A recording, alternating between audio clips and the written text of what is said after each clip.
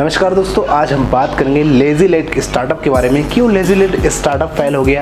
ये एक ऐसा स्टार्टअप था जो मोस्टली ग्रॉसरीज, डेली नीड्स के आपके जो भी प्रोडक्ट होते हैं वो सेल करते थे। लाइक आप ग्रॉसरी मंगा लो, फ्रूट्स एंड वेजिटेबल मंगा लो, फूड मंगा लो, चाहे फ्लावर्स मंगा लो, ये सब चीज़ों पर ये डील करते थे। लेकिन ये स्टार्टअप क्यों फेल हो गया। काफ़ी फंडिंग में मिली इनको, जापान तक से फंडिंग मिली थी, $1 लाख की फंडिंग भी इनको मिल गई। इसके बाद ये फेल हो गए। क्यों फेल हुए, क्या क्या रीजंस थे, सब कुछ समझेंगे हम इस वीडियो में। आइए शुरू करते हैं। आगे बढ़ने से पहले आपको बोलूंगा कि चैनल को सब्सक्राइब कर लें, बेल आइकन को प्रेस कर लें ताकि ऐसे वीडियो आपको मिलते रहेंगे। धन्यवाद। तो दोस्तों, हमने देखा कि ये ऐसे कई स्टार्टअप है जो फेल हुए, है ना। 2015 की बात मैं कर रहा हूँ। 2015 में लेज़ीलेट स्टार्ट हुआ था।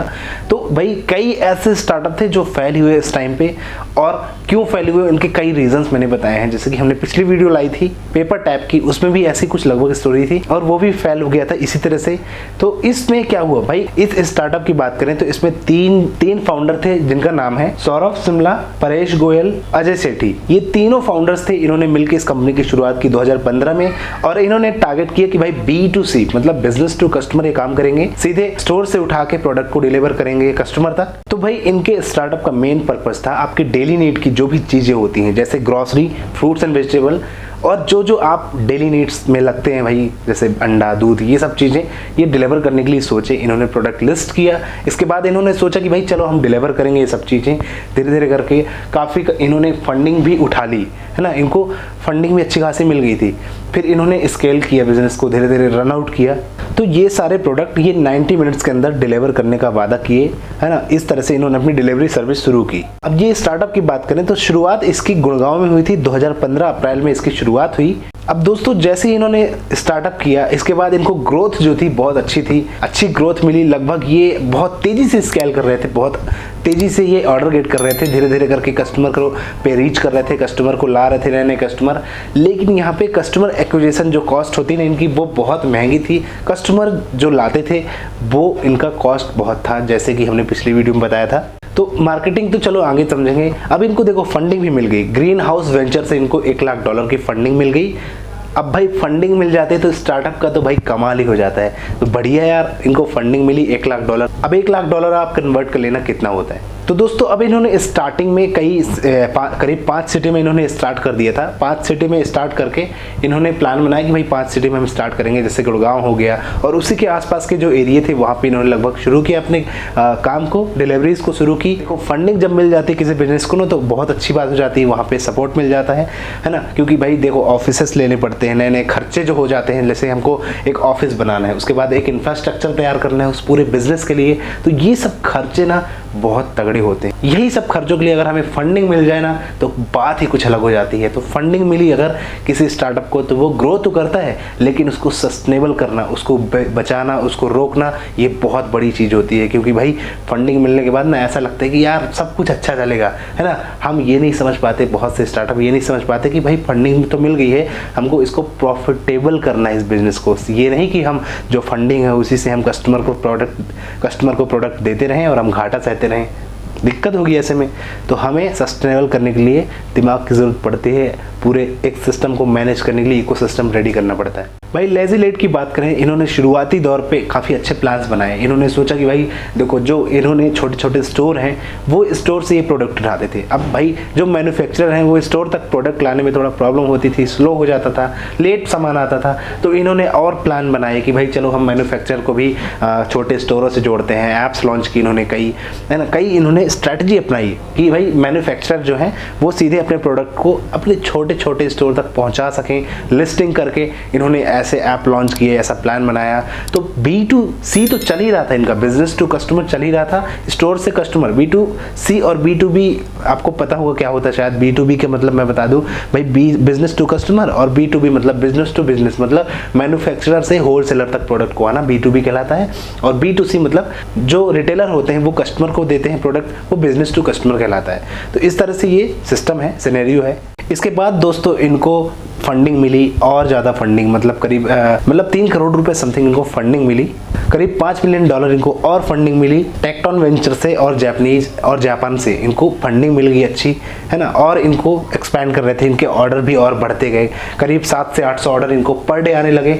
अब भाई ये देखो, ये दोनों फील्ड पे काम कर रहे थे, B2B पे भी काम कर रहे थे, B2C पे भी काम कर रहे थे, दोनों इनको मैनेज करना था, हैंडल करना था। तो दोनों चीज़ें इनको हैंडल करना पड़ रहा था, है ना। ऑर्डर्स भी डिलीवर करना है और ये सब चीज़ें इनको हुई, आगे चल के फंडिंग मिली। अब इन्होंने और सोचा कि भाई हमको और फंडिंग चाहिए, हमको और स्केल करना है, हमको और ग्रो करना है, तो हमें फंडिंग और चाहिए, है ना। तो भाई अभी देखो ये अप्रोच तो किए। अब इनका जो मेन रेवेन्यू का सोर्स था वो गुड़गांव और चंडीगढ़ था।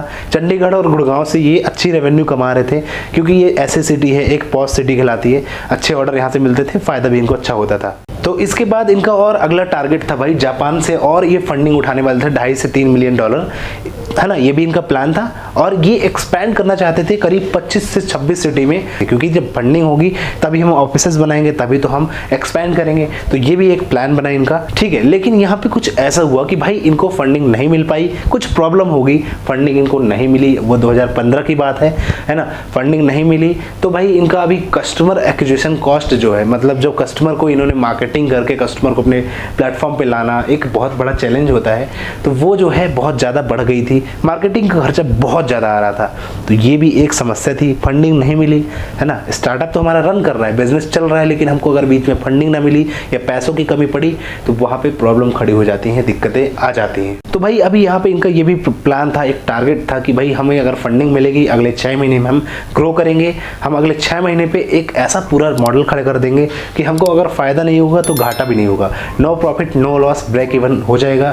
तो ये एक प्लान था इनका, पर फंडिंग नहीं मिली, वहाँ से थोड़ा बिजनेस डगमगा जाता है। तो भाई अब फंडिंग इनको नहीं मिली, प्रॉब्लम हुई, तो भाई इन्होंने बिजनेस टू कस्टमर को बंद करके ओनली B2B शुरू किया, ठीक है। तो यहाँ पे इन्होंने ये सिस्टम बंद किया, बिजनेस टू कस्टमर देना सब बंद किया, क्योंकि ना फंडिंग मिली, लॉस में जा रहे थे और ज़्यादा, अब एक्सपैंड भी नहीं कर पा रहे थे। अब देखो भाई सस्टेनेबल करना है बिजनेस को, इन्होंने ना B2C को बंद करके सीधे B2B शुरू किया। मैन्युफैक्चरर से दुकानदार को जोड़ना शुरू किया कि भाई चलो हम दुकानदार जो है मैन्युफैक्चरर से इनको जोड़ देंगे, तो यहाँ से जो भी हमारा प्रॉफिट आएगा, रेवेन्यू आएगा, वो ठीक रहेगा, ऐसा सही चलेगा। तो इन्होंने ये सिस्टम शुरू किया, बनाया आगे जाके। अब भाई मार्केट में काफ़ी अफवाहें फैलने लगी, प्रॉब्लम ये होने लगी कि भाई सब लोग ये समझने लगे कि लेजी लेट खत्म हो गया, बंद हो गया है।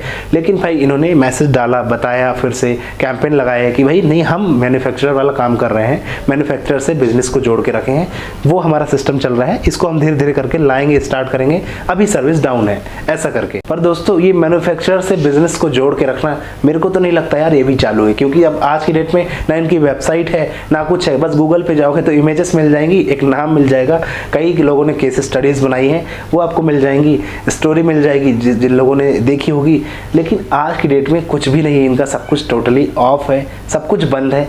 इन्होंने पूरा तरह से मिस्टेक कर दिया, सब कुछ करके इन्होंने सारे ऑपरेशंस बंद कर दिए। अभी कुछ भी नहीं चल रहा है मेरे ख्याल से, मैन्युफैक्चरर और रिटेलर वाला सिस्टम भी टोटली बंद ही चल रहा है। अब देखो भाई आप सब सिंपल सी बात करेंगे, भाई कंपनी क्यों बंद हुई, क्यों स्टार्टअप बंद हुआ, मैंने कुछ रीजन पहले ही बता दी कि फंडिंग ना मिल पाई। अब भाई देखो उस टाइम पे 2015 की बात है, ज़्यादा लोग अवेयर नहीं थे। पहली बात तो जो दुकानदार रिटेलर थे वो इस टेक्नोलॉजी से अवेयर नहीं थे, उनको विश्वास ही नहीं होता था ऑनलाइन पे सब कुछ। आज का जो कोविड का टाइम जब आया ना, उसके बाद ही सब अवेयर हुए हैं बहुत ज़्यादा लोग इस ऑनलाइन प्लेटफॉर्म से।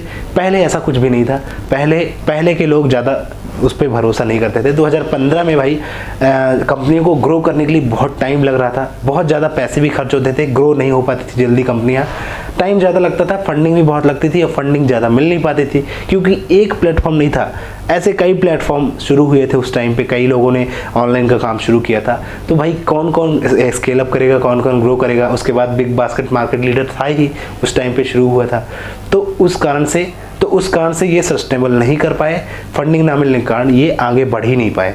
तो भाई सिंपली दैट, अगर किसी बिजनेस को रन करना है, चलाना है, तो हमको पहले जैसे इनको ये लेजी लेट की बात करें, गुड़गांव सिटी से इनको बहुत ऑर्डर मिल रहे थे, है ना। अब उनको भाई वहीं पे प्रॉफिट कमाना था। लेकिन स्टार्टअप एक गलती करता है, वो बहुत जल्दी एक्सपैंड करना चाहता है, बहुत जल्दी आगे बढ़ना चाहता है, बहुत जल्दी जो आगे बढ़ना चाहता है वो ठप हो जाता है, क्योंकि सीख नहीं पाता, शुरू नहीं कर पाता, अपना प्रोडक्ट क्रिएट नहीं कर पाता, पूरी तरह से आगे बढ़ना चाहता है बहुत जल्दी।